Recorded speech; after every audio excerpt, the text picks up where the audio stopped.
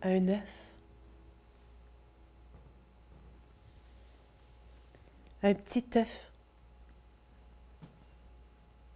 Œuvre de beauté. Promesse de vie. Et si fragile. Une erreur de la nature? Non. Une merveille. Si le bébé n'était pas capable, avec son petit bec, de percer la coquille, dans son cocon de sécurité, de chaleur, de confort, d'amour-propre, il mourrait. Il mourrait étouffé ou de faim.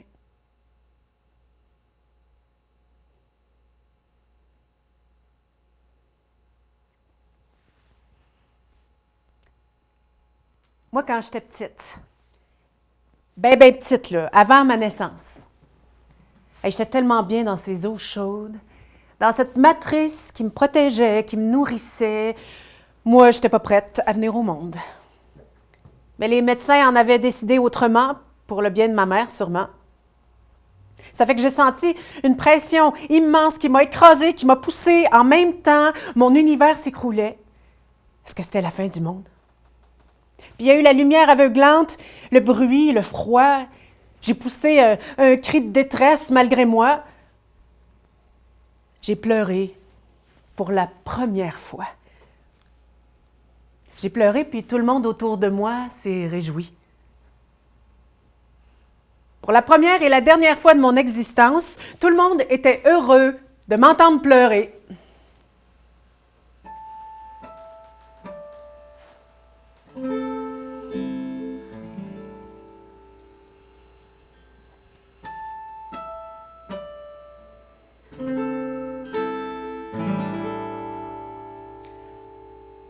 Un enfant marche seul. Épaules voûtées, tête courbée, ses pieds sont lourds comme du plomb.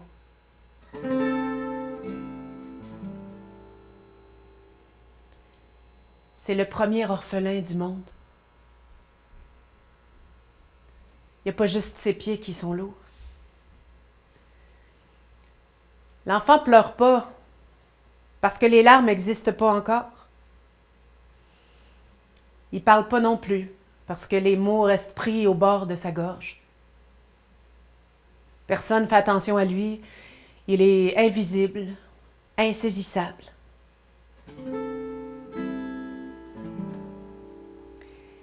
Mais une nuit, la terre en dessous de ses pieds est prise d'un grand frisson. Il se voit illuminé d'une lumière argentée. La lune descend du ciel et puis se pose devant lui. J'ai senti ton chagrin. Pleure. Je te donne le pouvoir de pleurer. Tes larmes vont laver ton cœur. Laisse pas tes larmes tomber sur la terre, ça la brûlerait, la terre est nourricière. Laisse tes larmes tomber sur moi. Et l'enfant a pleuré dans le giron de la lune. C'était bon, c'était chaud.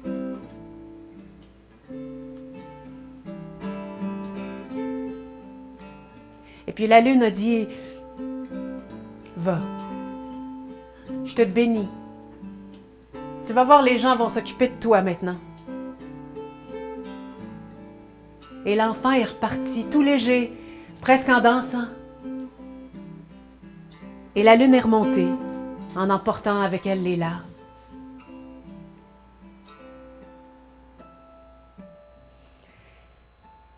Mais aujourd'hui, quand on regarde la lune, on peut les voir, les traces. Les traces des larmes du premier orphelin. Les premières larmes de l'humanité. Petite, je pleure beaucoup. Pour un oui, pour un non, je pleure. Je suis hypersensible. Ma mère, elle pleure jamais. Pour elle, pleurer, c'est un manque de contrôle. C'est une source de honte, de ridicule. C'est un abaissement. Ça la dérange. Quand je sens les pleurs venir, elle me dit « Prends une grande respiration, tiens-la bien fort, puis attends que ça passe. » J'inspire, je garde mon souffle, je regarde par terre. Je ne peux pas la regarder elle, ça me stresse trop. Il faut que j'y arrive. Les pleurs gonflent, un barrage se crée, mais ça gonfle, ça gonfle, ça gonfle. L'accumulation est trop importante, le barrage se brise, ça sort en catastrophe, j'en prends plein la gueule. Ça fait mal à la gorge, aux yeux, à l'ego, à l'estime. J'ai échoué. Encore.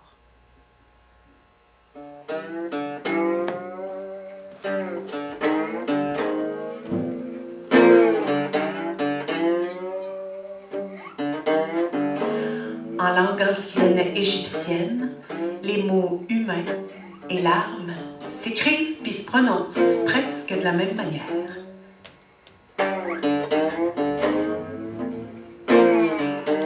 Au commencement, il y avait le Noun, océan inerte et primordial de tous les possibles. Puis surgit des eaux, Atum est venu à l'existence. Il était seul. Il a pris sa semence et l'a versée dans sa bouche. Il a craché le premier couple divin, Chou et Tefnout. Ses enfants partis.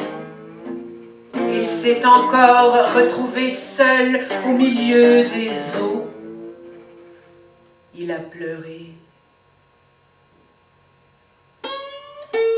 De ses larmes sont nés les premiers humains.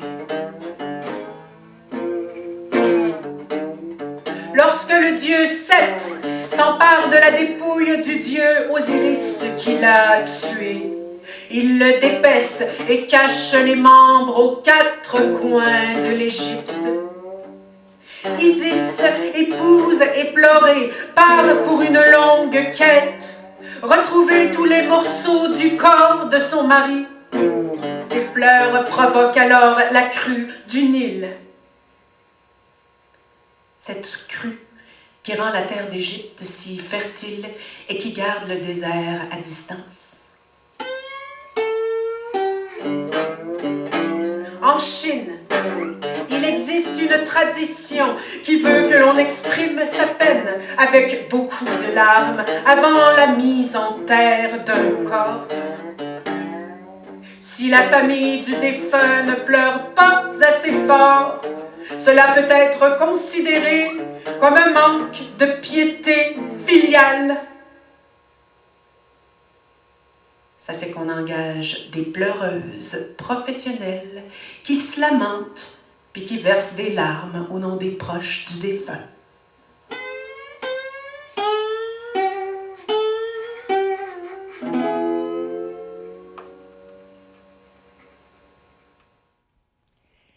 Devenir pleureuse. Décharger allègrement le raz-de-marée d'en face du monde avec fierté. Je deviendrai la star des pleureuses. J'en ferai un art sexy, sensuel, spectaculaire. J'arracherais des larmes aux plus stoïques des hommes. J'offrirais des cours de pleurs. Pleurer serait à mode. Les pleurs seraient de mise de jour comme de soir, puis surtout en public. Pleurer abondamment serait un remède prescrit par les meilleurs médecins et psychologues. Les hommes rechercheraient les femmes qui pleurent beaucoup et qui pleurent bien. La complainte serait la musique de mise dans les bars. Le mouchoir serait le nouvel accessoire à mode, apporté de toutes les manières possibles et imaginables. Le sel des larmes serait un indispensable sur les tables de tous les gourmets. Je trouverais le moyen de cristalliser les larmes pour en faire des bijoux pathétiques. Des colliers de larmes de peine d'amour. Des bracelets de larmes de deuil. Des boucles d'oreilles de larmes de rire qu'on offrirait à l'être aimé ou qu'on porterait comme un trophée.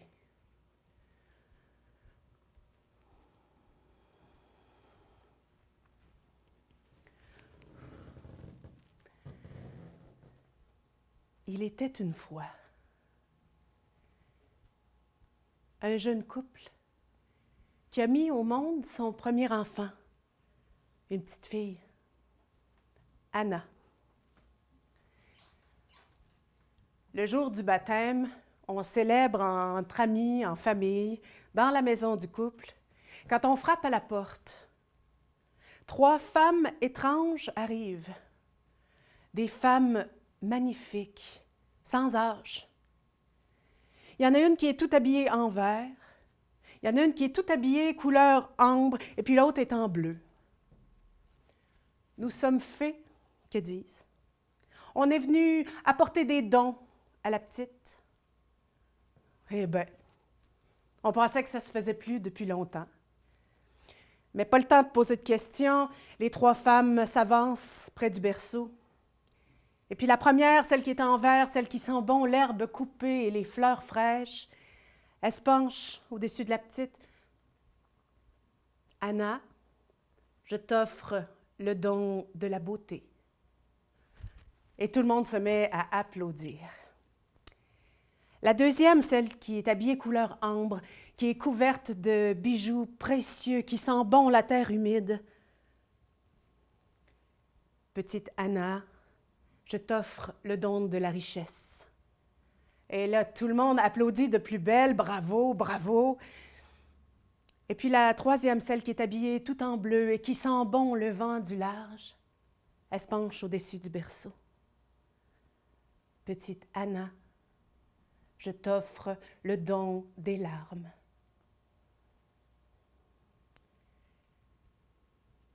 Il y a eu un silence, un long silence. La mère a osé parler. « Pardon, madame, vous êtes bien bonne, vous êtes bien généreuse. Écoutez, est-ce que ça serait possible d'échanger votre don? Voyez-vous, moi, je ne pourrais pas supporter d'avoir une petite fille pleurnicharde. J'aimerais ça que ma fille soit toujours d'humeur égale, toujours souriante. » Et la fée a regardé la mère dans les yeux pendant ce qui lui a semblé une éternité. Elle a cru qu'elle allait fondre dans le plancher. Puis enfin, elle a dit « Comme vous voudrez. » Et les 3 fées sont reparties. Anna a grandi en beauté. C'était la plus belle fille qu'on avait jamais vue dans la région. Et puis, un jour, elle a rencontré le jeune Seigneur, le jeune et beau Seigneur. Ça n'a pas été long qu'on a célébré un grand mariage. Anna est devenue riche châtelaine. Mais rapidement, tout est allé de travers entre eux deux. Anna était souriante, hein? Mais elle avait toujours cette espèce de grand sourire figé. Elle était froide. Elle n'avait jamais pu se lier d'amitié. Elle ne savait pas parler la langue de l'amour. Elle se faisait détester des serviteurs. Elle était dépourvue de passion, ni au cœur, ni au ventre. Rapidement, son mari s'est mis à la délaisser, à partir de plus en plus souvent, de plus en plus longtemps, à la chasse, en voyage. Puis elle restait toute seule au château avec une douleur au ventre qu'elle ne pouvait pas s'expliquer et toujours son sourire figé. Et puis il y a eu ce jour de tempête. Elle est sortie dehors, insensible à la pluie, au bruit du tonnerre. Elle a marché jusqu'au fleuve. Puis elle a entendu l'appel du silence, des profondeurs. Elle s'est avancée dans l'eau. Elle a lutté contre le courant. Et puis quand elle a eu de l'eau jusqu'à la poitrine, juste au moment où elle était prête à se laisser emporter par le courant, elle a entendu une voix. « Anna, Anna. » Il y a une femme devant elle qui a surgi des eaux. Une femme tout habillée en bleu, une femme qui sentait bon le vent du large. Elle s'est approchée d'Anna, elle a posé ses mains sur ses yeux. La tempête s'est arrêtée et la femme a disparu. Anna s'est sentie toute bouleversée. Elle est retournée sur la rive. Elle s'est effondrée. Puis elle a senti quelque chose remonter de son ventre jusqu'à sa gorge. Un premier sanglot. Et puis il y a quelque chose qui a roulé sur sa joue. Une première larme. Une larme qui est devenue perle. Une perle brillante. Et puis les sanglots ont continué, et puis les larmes ont roulé, et chacune de ces larmes sont devenues perles. Puis enfin, quand cette tempête-là s'est arrêtée, elle aussi, Anna a ramassé ses perles. Elle est rentrée au château. Elle a percé ses perles, les a enfilées sur un fil de soie qu'elle a attaché autour de son cou.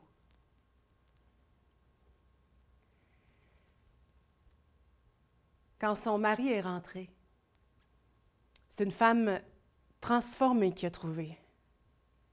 Elle avait les yeux brillants, elle avait un sourire chaleureux, elle a caressé sa joue, elle lui a murmuré ses premiers mots d'amour à l'oreille.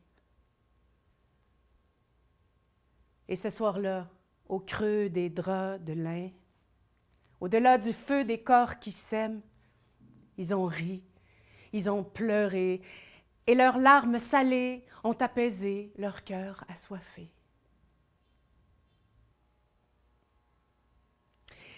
J'ai 7 ans. Chez ma copine, je me verse un méga verre de lait que j'échappe de façon spectaculaire sur le plancher. Le verre se brise en 1000 miettes et se répand dans une joyeuse mare. La mère de mon ami échappe un beau « calice ». Puis moi, je cours me réfugier dans un garde-robe. Pour laisser sortir ma grande détresse, je pleure à gros sanglots que je ne suis pas capable de ravaler. Ma copine me trouve guidée par la musique de mes pleurs. Et puis après un petit moment, sa mère vient me voir pour me dire que c'est pas grave, elle n'est pas fâchée, là. Mais elle a un petit sourire en coin, puis elle ne peut pas réprimer un petit rire dans sa voix. Ma détresse la fait rire.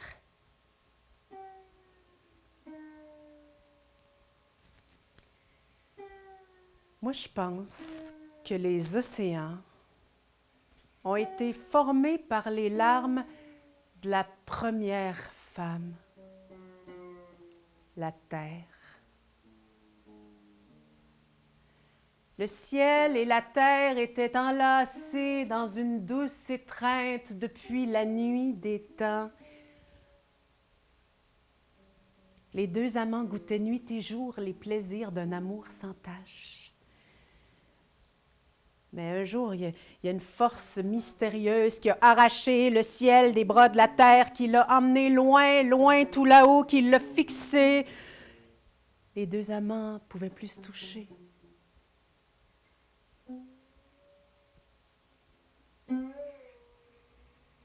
Le ciel s'est mis à envoyer des messages d'amour étoilés à la terre. Mais elle a pleuré. Pendant des jours et puis des jours, les larmes se sont accumulées dans les creux de son corps. Elles ont comblé les vides laissés par la disparition de l'amant. Elles sont devenues océan.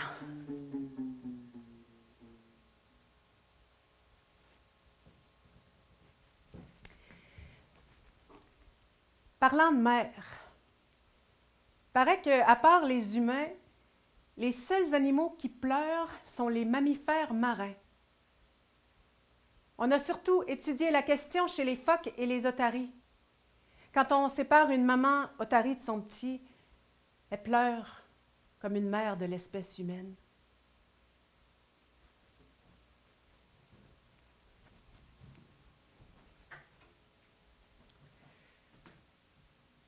Dans les contes, les larmes sont fertiles et guérissent.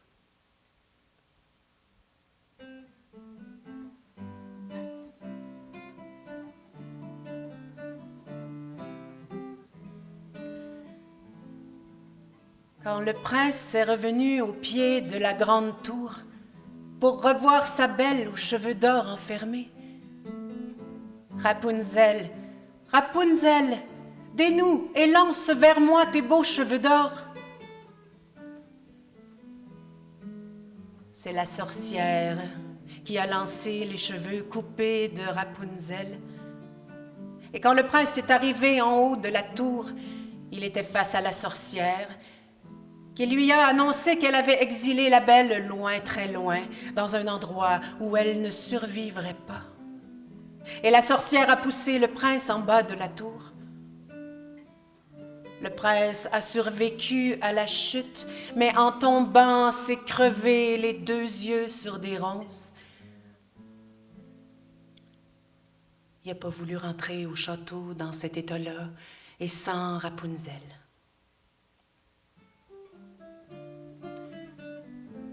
Il s'est mis à errer misérablement et à vivre comme un mendiant, en demandant à tous ceux qu'il croisait s'ils avaient vu la belle aux cheveux d'or. Dans ses rêves, la nuit, il l'entendait chanter de sa voix cristalline. Au matin, il suivait la direction de la voix dans son rêve. Ça a duré des années, puis enfin, il l'a trouvée. Elle vivait dans une extrême pauvreté dans un désert. Elle avait eu des jumeaux, ses enfants à lui.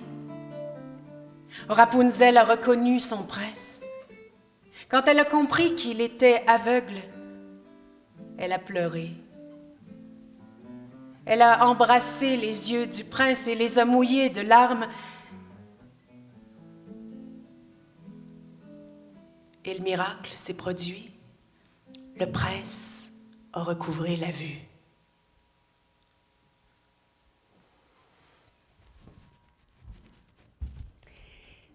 J'ai 15 ans.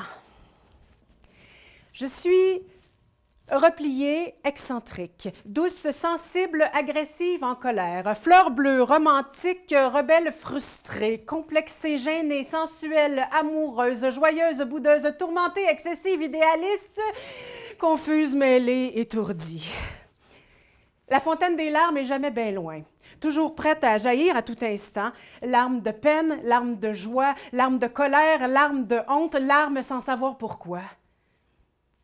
Mes parents minimisent toujours la valeur de mes pleurs. Bon, ça y est, je pense que t'es fatiguée, là, hein? Comme si parce que je pleure souvent puis facilement, les émotions sont donc moins importantes, moins significatives. Une drôle de conception marchande des pleurs. La rareté en fait la valeur. S'il y en a beaucoup, ben ça vaut rien. Ben, j'ai pas non plus envie qu'on fasse un drame quand je pleure, là. Surtout pas, non. Non, je voudrais juste qu'on m'accueille avec toutes mes larmes.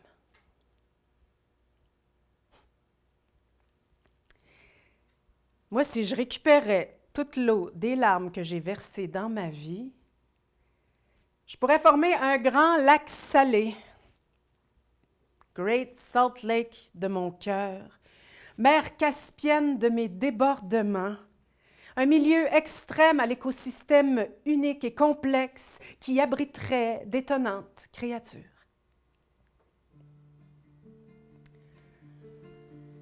Il paraît que dans les larmes, il y a des parcelles des mers préhistoriques. Chaque larme contient la mémoire et le commencement du monde.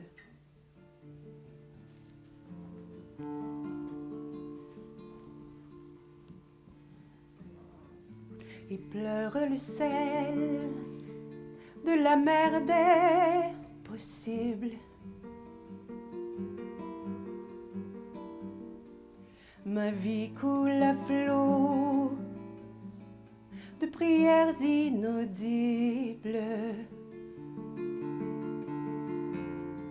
Tes pas t'éclaboussent quand tu passes par ici, s'accrochant à tes jambes en parcelles de vie.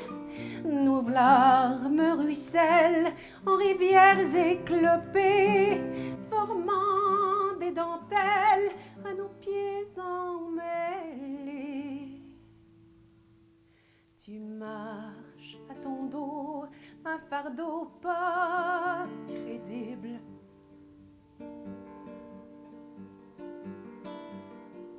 Ou casser les peaux d'une union divisible. Des milliers de gouttes au destin accompli, à laver tes doutes et goûter l'infini.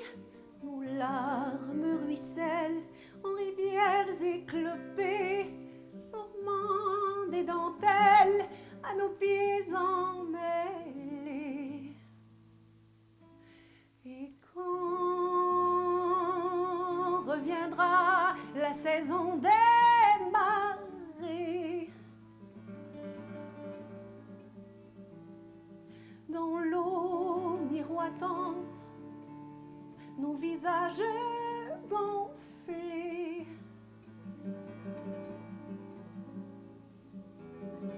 nous dirons d'attendre, mais aussi d'espérer.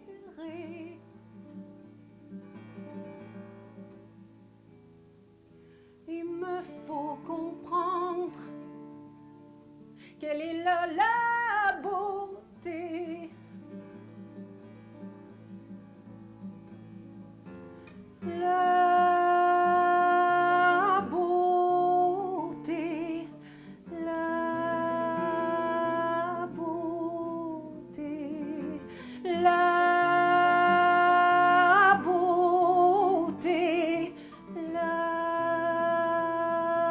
beauté.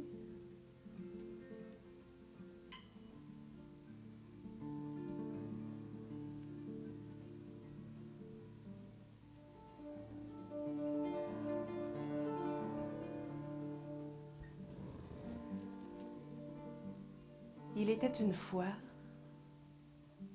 dans un petit village entre deux montagnes, une femme qu'on surnommait Marie Dentelle. Marie avait un don. Elle faisait les plus belles dentelles qu'on avait jamais vues. Avec du fil de soie de toutes les couleurs, elle tordait, tressait, bouclait le fil pour en faire des paysages, des fleurs, des papillons, des animaux, tellement vifs qu'ils paraissaient vivants. Et tout le monde au village chérissait son travail. Et puis des filles de partout au pays venaient étudier l'art de la dentelle auprès d'elle. Marie Dentelle était heureuse. Mais un jour, la rumeur de son talent est venue aux oreilles du roi. Et quand il a vu une de ses œuvres, il a dit « Cette femme doit venir vivre au palais et faire de la dentelle rien que pour moi. Qu'on l'emmène. » Mais quand on est allé pour la chercher, elle a refusé de venir. Le roi est entré dans une colère qu'on l'emmène de force. Mais bon, quand il l'a vue, sa colère a fondu. Marie Dentelle était belle. Pas une beauté habituelle, elle était plus toute jeune, mais un charme indicible. J'ai l'honneur de t'annoncer que tu vas m'épouser. À partir de maintenant, tu vas faire des dentelles juste pour moi. Marie a dit « Pardon, sire, c'est tout un honneur que vous me faites. Je suis vraiment flattée. Mais voyez-vous, je ne veux pas me marier. S'il vous plaît, j'aimerais retourner chez moi. » Tu penses certainement pas ce que tu racontes. Si tu te maries avec moi, tu vas devenir reine. Tu vas avoir tout ce que tu désires. Sire, j'ai déjà tout ce que je désire. S'il vous plaît, laissez-moi retourner dans mon village, continuer mon travail. Ah oui, la dentelle. T'aimes faire de la dentelle.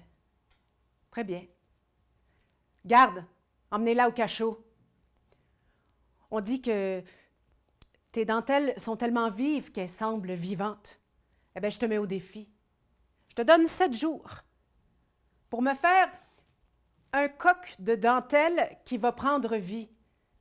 Si tu réussis, tu seras libre. Si tu échoues, tu vas me marier. Et on a enfermé Marie Dentelle avec du fil de soie de toutes les couleurs et des aiguilles. Puis aussitôt, elle s'est mise au travail. Jour et nuit, presque sans dormir ni manger. Elle a bouclé, tordu, tressé le fil. Elle a mis toute son énergie à l'ouvrage jusqu'à ce qu'un coq apparaisse. La plus belle chose qu'elle avait fait jusque-là. Une queue vert émeraude, une gorge orangée, un coq de dentelle. Marie était épuisée. Elle s'est penchée au-dessus de son ouvrage, puis elle s'est mise à pleurer. Mais il y a une larme qui a roulé sur sa joue et qui a mouillé le bec du coq, qui s'est mis à chanter. Quand les gardes ont vu ça, ils ont couru aller chercher le roi pour qu'il voie le miracle. Le roi a vu le coq qui se détachait du dernier fil attaché à sa queue. « Tu m'as joué un tour? Tu as volé un coq du palais? » Mais aussitôt, le coq s'est libéré, s'est envolé vers le roi, lui a égratigné la tête. Je te donne une chance. 7 jours. Je te donne 7 jours pour me faire une perdrix de dentelle qui va prendre vie. Si tu réussis, tu seras libre. Si tu échoues, tu vas me marier. Aussitôt, Marie s'est remise au travail. Nuit et jour, presque sans dormir ni manger, elle a bouclé, tordu, tressé le fil. Elle a mis tout son cœur à l'ouvrage jusqu'à ce qu'une perdrix apparaisse, la plus belle chose qu'elle avait fait jusque-là. Une belle perdrix aux douces plumes grises et brunes. Une perdrix de dentelle. Marie s'est penchée au-dessus de son ouvrage et s'est mise à pleurer. Et quand la perdrix a été toute imbibée de ses larmes, elle s'est mise à chanter. Quand le roi a vu ça, tu m'as mal compris. C'est pas ça que je t'ai demandé. Je t'ai demandé un dragon. Aussitôt, la petite perdrix s'est envolée vers le roi, lui a égratigné un œil. Je te donne 7 jours pour me faire un dragon qui va prendre vie. 7 jours où tu vas mourir. Aussitôt Marie s'est remise au travail. Nuit et jour, sans dormir, sans manger, dans une sorte de transe, elle a bouclé, tordu, tressé le fil. Elle a mis toute son âme à l'ouvrage, jusqu'à ce qu'un dragon apparaisse. La plus belle chose qu'elle avait fait jusque-là. Un dragon aux écailles rouges et dorées. Un dragon de dentelle. Marie a serré son ouvrage sur son cœur et a pleuré toutes les larmes de son corps. Alors le dragon a rugi. Les larmes, les gardes ont couru chercher le roi qui a dit « C'est pas un dragon, c'est pas un dragon, ça c'est un serpent. » Et le dragon a tourné sa tête vers le roi et a craché un immense jet de feu. Les vêtements du roi ont pris en feu, les vêtements des gardes ont pris en feu. En quelques instants, le palais a pris en feu et le dragon s'est mis à grandir, encore et Marie a grimpé sur son dos. Alors le dragon s'est envolé au-dessus des flammes, a traversé le palais, a défoncé les portes, s'est envolé dans le ciel avec Marie sur son dos, en emportant derrière lui une grande traînée de fils multicolores, le premier arc-en-ciel.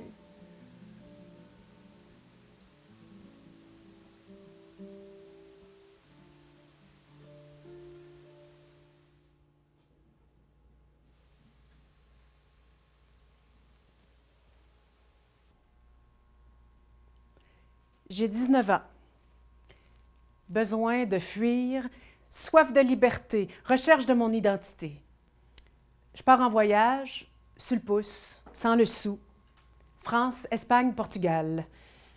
C'est l'hiver puis je suis pas équipée, l'humidité me transperce les os, j'ai frette. J'avance toujours vers le sud. Viva Andalusia. Bien, surprise, il fait pas si chaud que ça en hiver. Le peu d'économie que j'ai pu faire avec les vendanges puis d'autres petits boulots, bien, ça passe vite. J'ai faim. Au début, je cueille des oranges pas trop mûres et puis des amandes volées sur des terrains privés. Et puis, aux gens qui m'embarquent sur le pouce, je demande quelques sous. C'est pas assez. Je commence à aller vers les gens dans la rue pour quêter. Je pile sur mon orgueil. Bien sûr, je suis en voyage. J'ai un billet ouvert. Je pourrais toujours en revenir. Il n'y en a pas question. Mes sens sont gourmands de sonorités étrangères, de paysages neufs. Ma tête est en bohème. N'empêche que je cherche toujours le gîte et le couvert. La vie tourne autour de ses besoins primaires. Et puis, je finis par plus avoir l'énergie puis le courage d'aller vers les gens. Je me retrouve assise dans la rue, la main tendue. Je vois le monde d'en bas, des pieds qui marchent vite pour m'éviter. Puis un jour, il pleut à boire debout, on gèle, je suis épuisée. J'ai pas trouvé de place où planter ma tente, pas toujours évident en ville. J'ai pas trouvé d'endroit où squatter. De toute façon, j'en peux plus de dormir avec les rats. Je me résigne. Je vais passer la nuit dans un centre pour itinérants. Mettre ses effets personnels sous cadenas. Douche obligatoire. Examen des poux. J'entre dans un dortoir qui ressemble plus à un hôpital psychiatrique. Tous les regards se tournent vers moi, une étrangère. Ne pas regarder personne, surtout. Je me tiens les fesses serrées. Une chance que je suis épuisée, je m'endors. Honteuse. Est-ce que je suis en train de voler la place de quelqu'un qui n'a pas son billet de retour de la misère? Qu'est-ce que mes parents diraient s'ils me voyaient? Puis ça arrive une deuxième, une troisième fois. Je m'habitue presque. Je rencontre toutes sortes de monde. Celui qui a tout perdu à cause de l'alcool, celle qui est passée direct des familles d'accueil à la rue, celui qui a un QI d'ingénieur de la NASA mais qui n'a jamais pu s'adapter. Ils voient bien que je ne suis pas de leur monde. Ils me demandent d'où je viens, pourquoi je suis là, que je fais là. Moi, j'ose pas trop leur poser de questions, par exemple. Mais j'écoute beaucoup. Une fois, je me fais menacer de me faire casser la gueule par une espèce de fêlé qui a la rage imprimée d'en face. Paraît que c'est son territoire. Hey, j'y laisse. Je dors puis je mange avec la misère. La vermine de notre société bien pensante. Les exclus, les invisibles. Puis je rencontre Daniel, 50 ans. Petit, rond comme un œuf, avec un gros nez rouge de gars qui boit sa vodka avec son saucisson à tous les matins. Puis sa femme Judith, toute petite, toute menue, hystérique. Des Hongrois. On habite dans un camping déserté. Eux, ils dorment dans leur roulotte. On passe quelques semaines ensemble. Eux autres, ils s'inventent des métiers, sur commande. Ils gagnent la confiance des gens, puis ils partent avec leur argent. Des con artists, des arnaqueurs, recherchés par les autorités chez eux. Ils semblent s'être pris d'affection pour moi. Moi, j'ai rien à craindre, j'ai rien à me faire voler. C'est assez incroyable de les voir faire. Ils mentent comme ils respirent des grands comédiens, puis on les croirait angéliques. J'apprends par ces maîtres toutes sortes de petits trucs. Quand tu arrives dans une ville ou un village, tu vas direct au poste de police. Tu joues la touriste qui a perdu son portefeuille puis qui n'a rien pour manger puis pour passer la nuit. Là, ils te donnent un papier avec une adresse. C'est une taverne miteuse, mais tu vas manger un repas chaud, puis en haut, il y a la chambre pour toi, avec les murs en carton, une chambre sale, mais au moins, tu vas dormir en sécurité, au chaud, le ventre plein. J'ai de moins en moins de scrupules. Je me laisse de nombreuses fois courtiser pour me faire payer des repas. Je vais même jusqu'à me faire passer pour une lointaine cousine du Canada. Et bien d'autres choses. J'en arrive à me mépriser moi-même. J'apprends les ravages du sentiment d'injustice. Hey! On devrait tous pouvoir avoir quelque chose à manger puis un toit sur sa tête dans une société d'abondance puis de gaspillage. Une grande lumière sur le monde vient de s'allumer pour moi.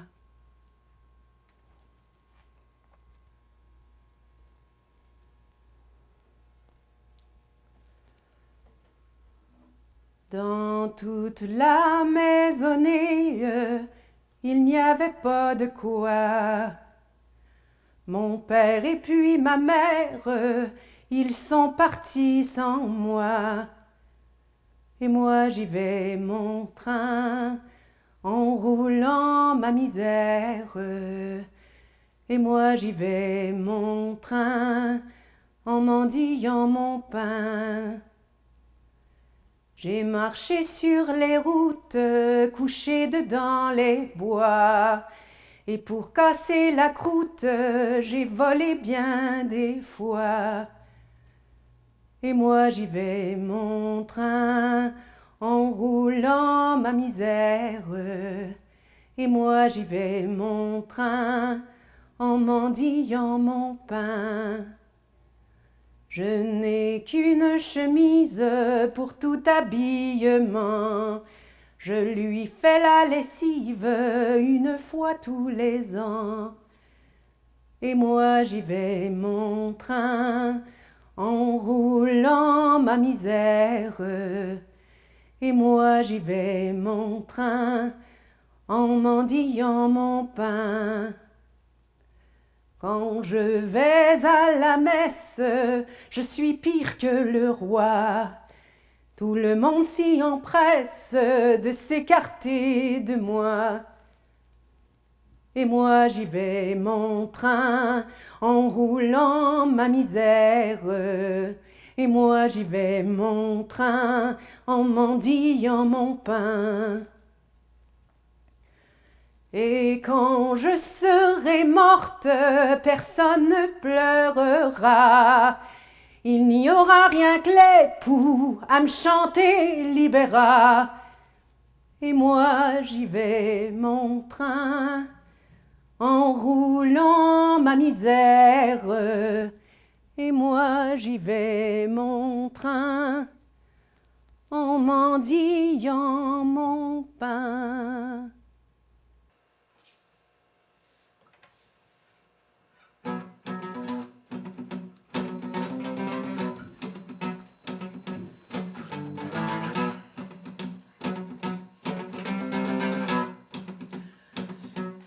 Quand le jeune dieu scandinave Balder meurt, les autres divinités sont inconsolables. Balder était magnifique. Il était le dieu de la lumière, de la jeunesse et de l'amour. Tout le monde l'aimait, sauf le dieu Loki, celui qui a provoqué sa mort. La nature est en deuil. Le dieu Hermod se porte volontaire pour se rendre dans le royaume des morts et y chercher Balder. La déesse gardienne du royaume des morts accepte de rendre Balder à la vie à la seule condition que tous les êtres de la création, sans exception, versent une larme pour lui. Les dieux envoient des messages aux quatre coins de l'univers, demandant à chaque être et à chaque chose de pleurer Balder. La nature entière se met à pleurer. Dieu, pierre, arbres, étoiles, plantes, les vivants comme les morts.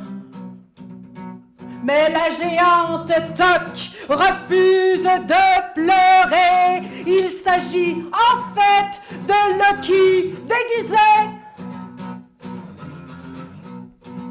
Ainsi Balder va demeurer dans le royaume des morts, faute d'une seule larme.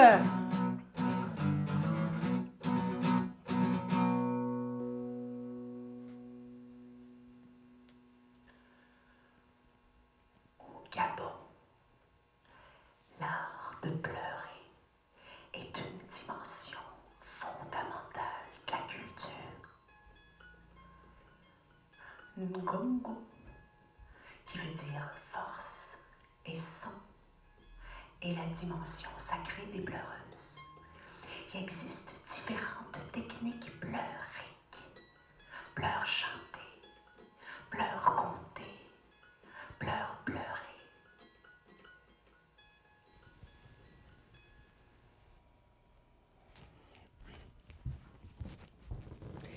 J'ai 23 ans. Je travaille pour un centre de réadaptation avec des malades mentaux, des déficients intellectuels, des autistes. D'habitude, quand je dis ça, les gens ils font « Ouf, ça doit être difficile. Hey, moi, je ne serais pas capable de faire ce que tu fais. » Ben oui, c'est difficile. Je me fais baver dessus en masse. J'ai mon lot de merde à ramasser chaque jour. Mais c'est un travail humain. Je les aime, mes fous.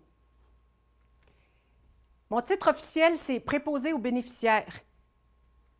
Et que j'aille ça. Préposé aux bénéficiaires, ça sonne comme changer de couche. Moi, c'est loin d'être juste ça que je fais. Avant, ils nous appelaient intervenants. Je trouve ça plus valorisant. Mais il paraît que le mot intervenant coûte plus cher. Depuis qu'ils nous appellent préposés, ils peuvent nous payer 2 piastres moins cher de l'heure. J'ai mes préférés. Il y a Jojo, trisomique profonde, bien dodue, mais flexible.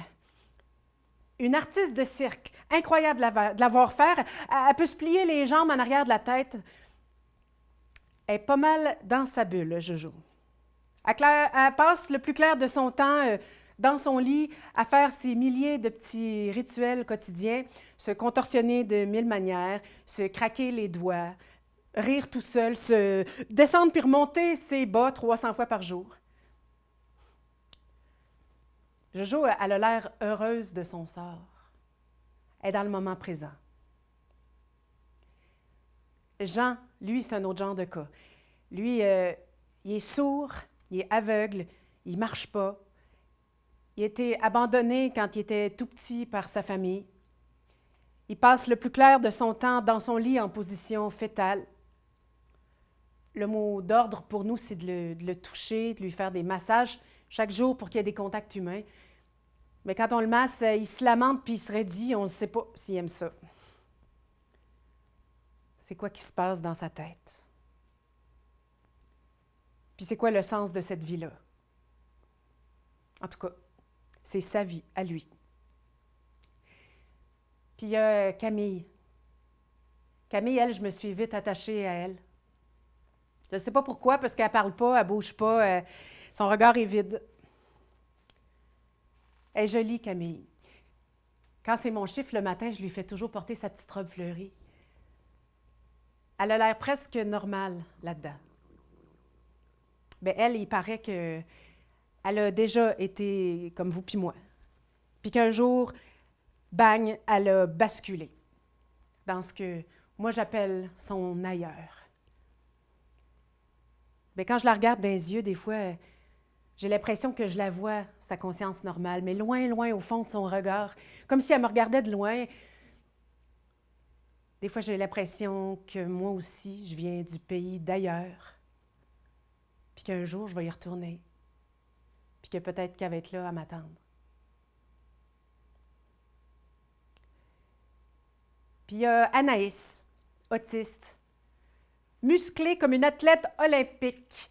C'est qu'elle, quand il y a quelque chose qui la déstabilise, c'est-à-dire à peu près tout le temps, bien, elle saute sodo dans les airs. Ça ou bien elle court. Puis tu as besoin de te tasser de son chemin parce qu'elle fonce comme un taureau. Puis quand elle est vraiment très déstabilisée, bien là, elle peut perdre le nord. Une fois, j'y ai goûté comme il faut. En sortant d'un autobus avec elle, elle m'a pris par les cheveux, elle m'a soigné à terre, elle s'est mise à me frapper sa tête à coups de poing. Ça a pris 3 gars pour l'enlever de là. Mais non, je ne suis pas restée traumatisée. J'ai continué à travailler avec elle ce jour-là. C'est que cette agressivité panique, c'était pas dirigé contre moi, c'était dirigé, je pense, contre elle-même, contre son incapacité à comprendre les gens puis les choses, comme un petit animal apeuré qui mord. Puis après ces crises, ben, elle vient chercher du réconfort, puis elle parle en chantonnant. Elle regarde jamais dans les yeux, par exemple. Comme si, bon, ça c'est ma théorie, comme si on la regardait dans les yeux, ben, on risquait de la sortir de sa folie, puis qu'elle, ben, elle veut y rester. Il était une fois, dans un petit village en Asie, un paysan pauvre qui s'appelait Lao. La chance n'avait jamais été de son côté. Même que la misère l'avait tellement persécuté qu'il en est devenu fou. Un matin, il s'est levé puis il a appelé ses domestiques. Ses domestiques. De toute sa vie, personne ne l'avait jamais servi, ni homme, ni femme, ni chien. Alors il s'est fait habiller de beaux vêtements invisibles par une servante imaginaire, et puis il est sorti.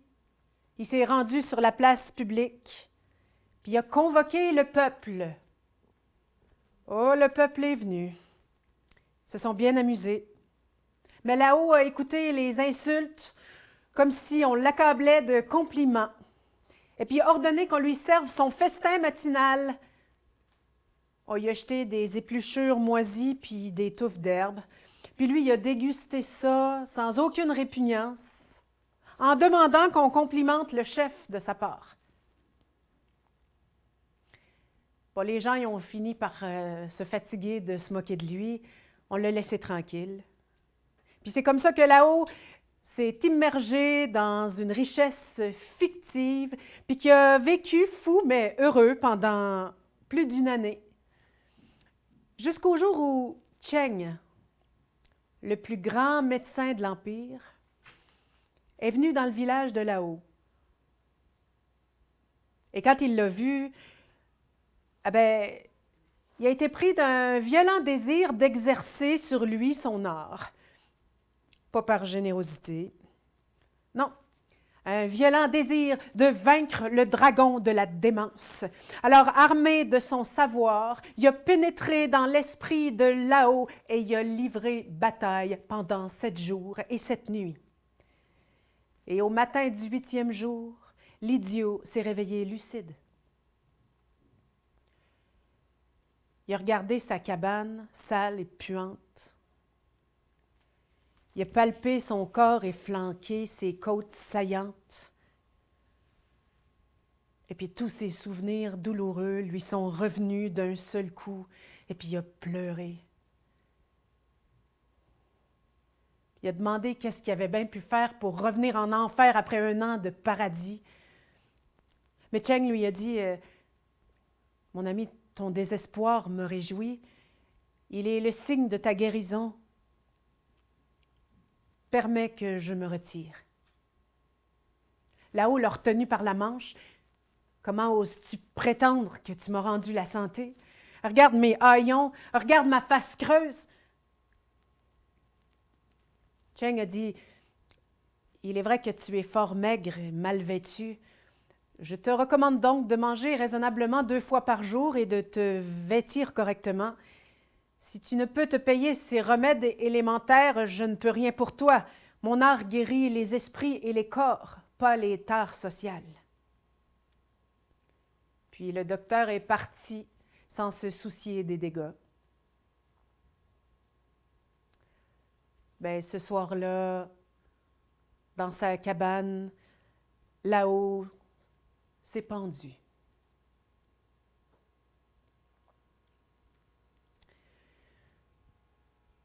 Je travaille avec des éducateurs spécialisés, puis des travailleurs sociaux, qui, eux, collaborent avec des médecins et des psychiatres, qui, eux, travaillent avec des petites pilules de toutes les couleurs. Normaliser, égaliser, encadrer. Normaliser, égaliser, encadrer. Transporter son cadre en tout temps, en tout lieu, savoir se contenir dans son cadre, pas de souliers détachés, pas de couette qui dépasse. Normaliser, égaliser, encadrer. Normaliser, égaliser, encadrer. Un sourire, mais pas trop. Comporte-toi comme une personne normale. Arrête de parler aux étrangers. Parle pas fort. Arrête tes manies. Normaliser, égaliser, encadrer. Normaliser, égaliser, encadrer. Surtout, fâche-toi pas, ben trop dérangeant. Puis de toute façon, de quel droit te fâches-tu, toi? Pris en charge par le système, entouré d'intervenants bien intentionnés, plein d'amour, qui t'encadrent, a pu finir jusqu'à ce que t'étouffes d'amour. Normaliser, égaliser, encadrer. Normaliser, égaliser, encadrer.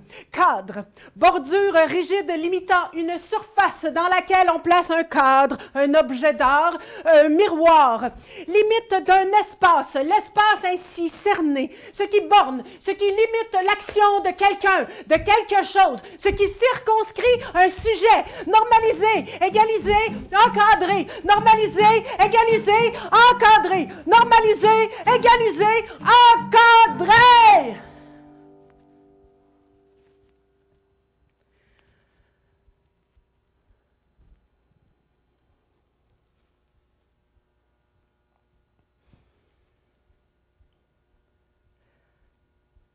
Ma voix s'élève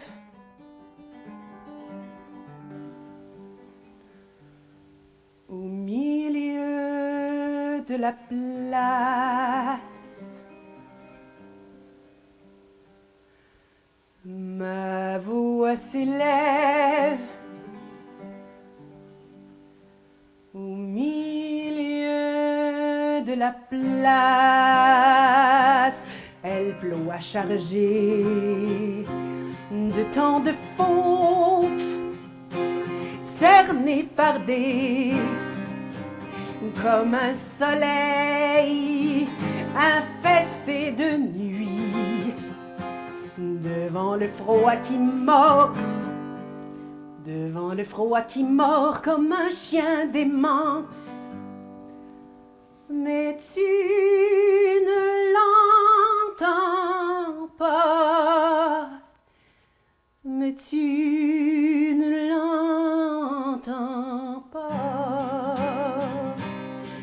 voix s'élève au milieu de la place.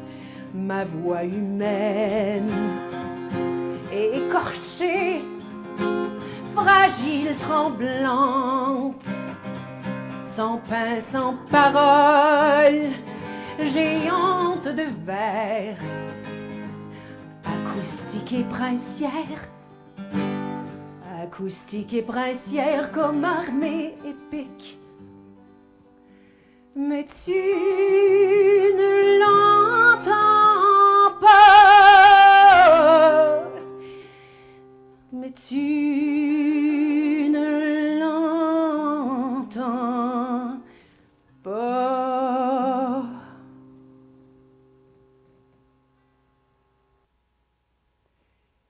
J'ai 25 ans. Je deviens mère pour la première fois. Alors que mon cœur s'est tout enflé d'amour tout neuf pour ce petit être délicat, je prends pleinement conscience de la fragilité de l'existence. Non seulement ma vie à moi devient si précieuse parce qu'il y a besoin de moi, mais surtout, il s'agirait qu'il meure pour que je sois brisée, anéantie. Et que faire de ces kilomètres d'angoisse, de douleur, d'inquiétude humaine qui crient, qui répètent inlassablement, encore toujours, la même chose, peu importe qui on est, d'où on vient. M'aimes-tu?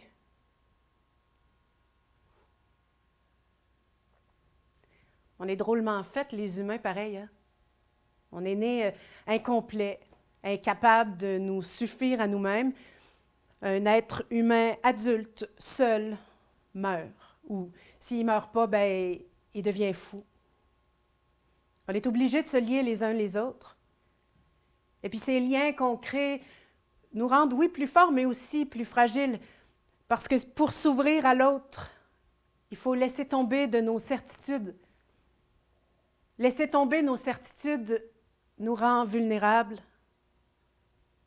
Quand on aime, on est fragile.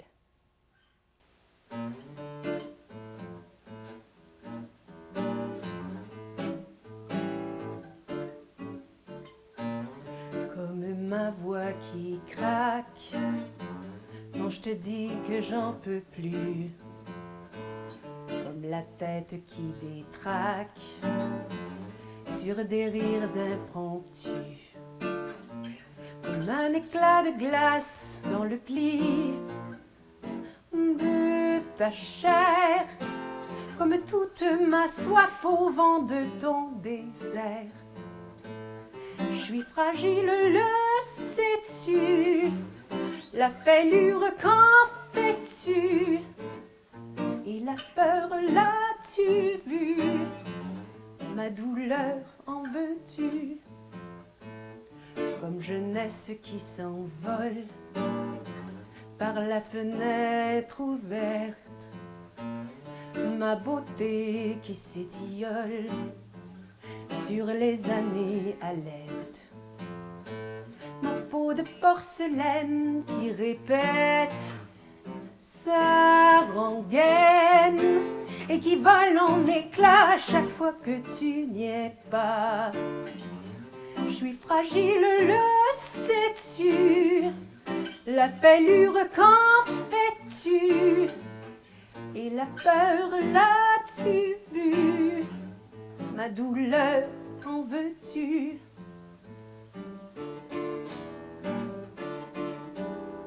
Emporte-moi l'oiseau dans tes cieux boréaux, dans tes bleus idéaux. Je me ferai toute petite, autant que chair se peut, une version réduite. Je vom'irai des aveux. Emporte-moi l'oiseau dans tes cieux boréaux, dans tes bleus idéaux. Pour toi je fendrai le vent, j'arrêterai le temps et j'ornerai tes ailes d'arabesques irréelles. Emporte-moi l'oiseau et dis-moi que je le vaux, que je suis pas trop fragile, que tu crois en mon île.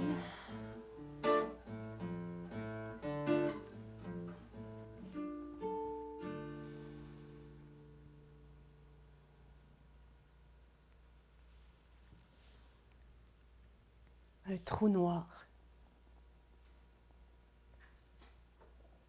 Un grand trou noir dans nos galaxies qui aspire la lumière. Un grand vide gourmand qui aspire la joie à coups de culpabilité stellaire, de remords sidéraux, d'angoisse cosmique.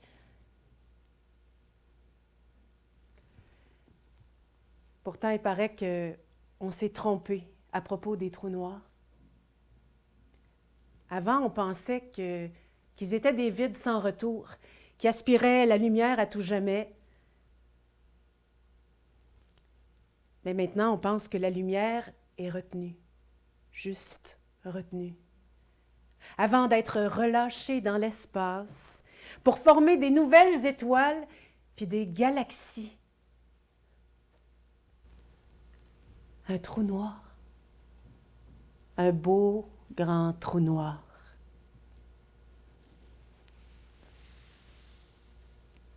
Comme un œuf.